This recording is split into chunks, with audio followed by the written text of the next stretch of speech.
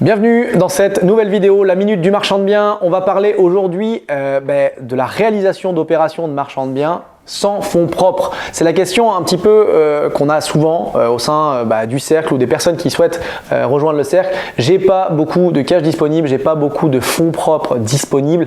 Est-ce que ça vaut le coup que je me lance comme marchand de biens? Est-ce que je vais malgré tout réussir? Et comment je peux faire pour malgré tout réaliser ces opérations si j'ai peu de cash dispo? Alors, il est clair et net que si tu n'as ni expérience, ni cash dispo et que tu n'as pas envie de vraiment t'impliquer dans l'activité de marchand de biens, ça va être compliqué.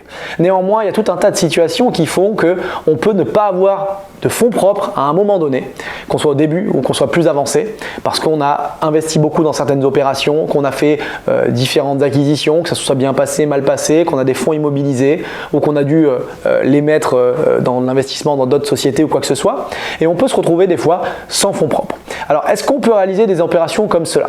Eh bien, c'est clair et net que tout seul, sans fonds propres, vous allez avoir du mal à trouver quelqu'un qui va vous financer, notamment une banque. Parce que la banque, ce qu'elle veut, c'est que, mine de rien, vous vous impliquiez dans le projet et pas que vous vous impliquiez uniquement de manière opérationnelle à la gérer, mais que vous ayez des fonds dans l'opération.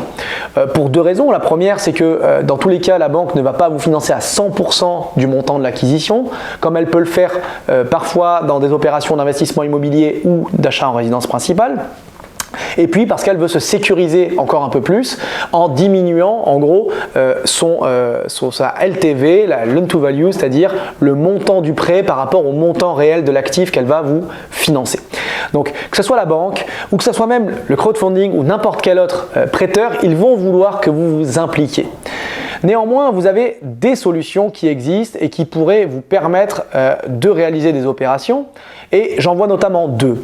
La première, ça va être l'association avec d'autres marchands ou avec des partenaires financiers, des personnes qui vont être prêtes à s'associer avec vous dans une société commune peut-être ou avec une société en participation et qui vont accepter de prendre le projet pour leur compte et avec vous, de vous intégrer dans le projet et vous aurez fait une partie qui est la détection, la validation de l'opération et eux, ils vont s'occuper plutôt de la partie du financement ou de l'acquisition en fonds propres, peu importe, mais en tout cas, ils vont vous accompagner sur un volet que vous n'avez pas et que vous n'avez pas à disposition.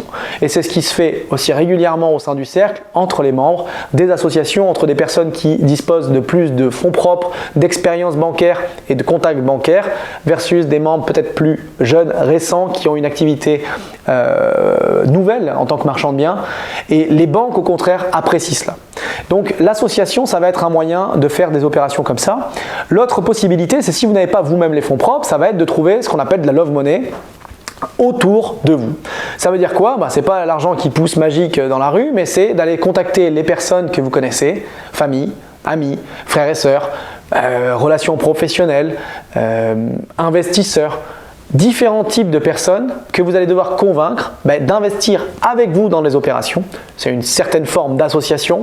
Parfois, ça peut être simplement du prêt d'argent entre particuliers ou éventuellement de la levée ou de l'émission d'obligations dans des sociétés de marchands qui vont vous permettre de trouver des financements alternatifs.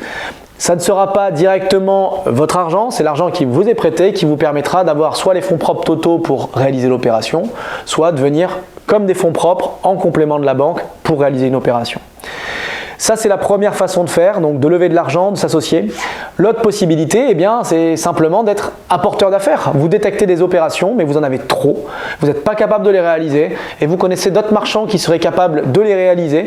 Vous pourriez leur amener ces opérations-là, toutes faites, toutes prêtes, en prenant soit un pourcentage d'apporteur d'affaires, comme on l'a dit, soit, mine de rien, une certaine commission sur cette opération à l'issue de celle-ci.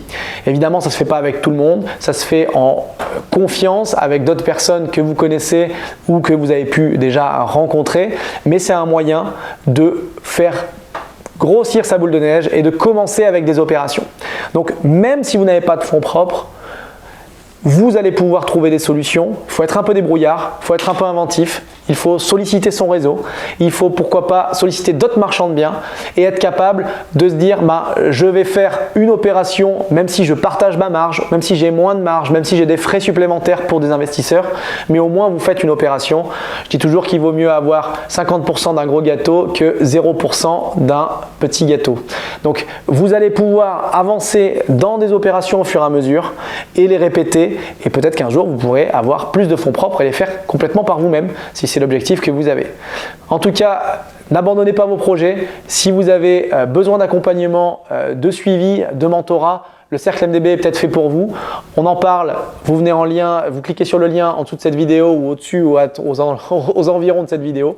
On se fera un plaisir de répondre à vos questions et d'essayer de vous accompagner au mieux si vous souhaitez réaliser des opérations de marchand de biens. À très bientôt pour de nouvelles vidéos. On se revoit dans la minute du marchand.